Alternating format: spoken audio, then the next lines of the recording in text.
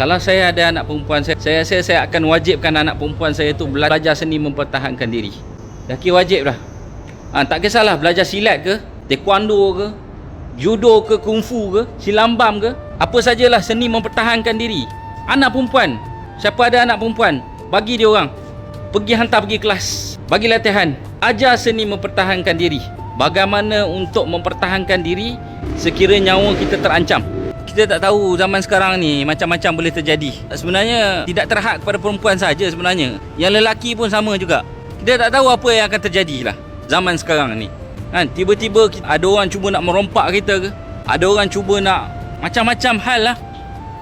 Perempuan apatah lagi, lelaki pun tak selamat. Jadi kalau kita persiapkan anak kita dengan seni mempertahankan diri, setidak-tidaknya minimum dia boleh cuba mempertahankan diri dia.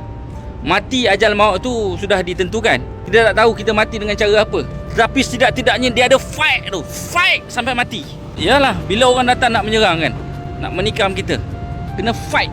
Orang tu dah keluar pisau dah, apa lagi? Nak pertahankan nyawa ni, lawan. Takkan nak menyerah diri je. Kau tikam aku, bunuh, lawan selagi boleh, nyawa kan. Jadi saya rasa perlulah untuk mak bapak yang ada anak, laki ataupun perempuan, hantar pergi belajar silat atau taekwondo atau judo atau kungfu.